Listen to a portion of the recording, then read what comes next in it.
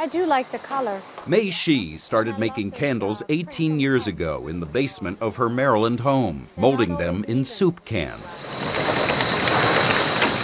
Today, she runs the Chesapeake Bay Candle Company, which brings in nearly $90 million a year. As her business boomed, she moved manufacturing operations to China to take advantage of the low cost of labor. But as Chinese labor costs rose, she was forced to lay off many of her workers. 4 years ago, this factory in Hangzhou, China was filled with assembly lines like this one. Back then, there were 2,000 workers here. Now, it's down to 300. And the labor cost also, over the last 2 decades in China, has built up to a level already where in the last 5 years, for example, it's been up by 30% every year. Add rising fuel costs for transporting candles halfway around the world, and Mei Shi said the advantage of doing business in China disappeared.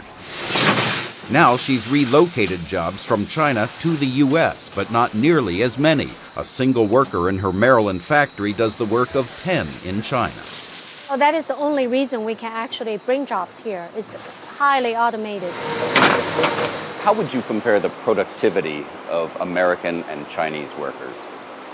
My Chinese staff are more willing to do whatever it takes, but the American workers are more thoughtful. They will give me comments about the product. They will tell me what's working and what's not. Right? And she says there's another big advantage to coming home. Do you take pride in the fact that these candles are now made here in the USA? Huge. And we're shipping those to China. That's the most profound happiness I find.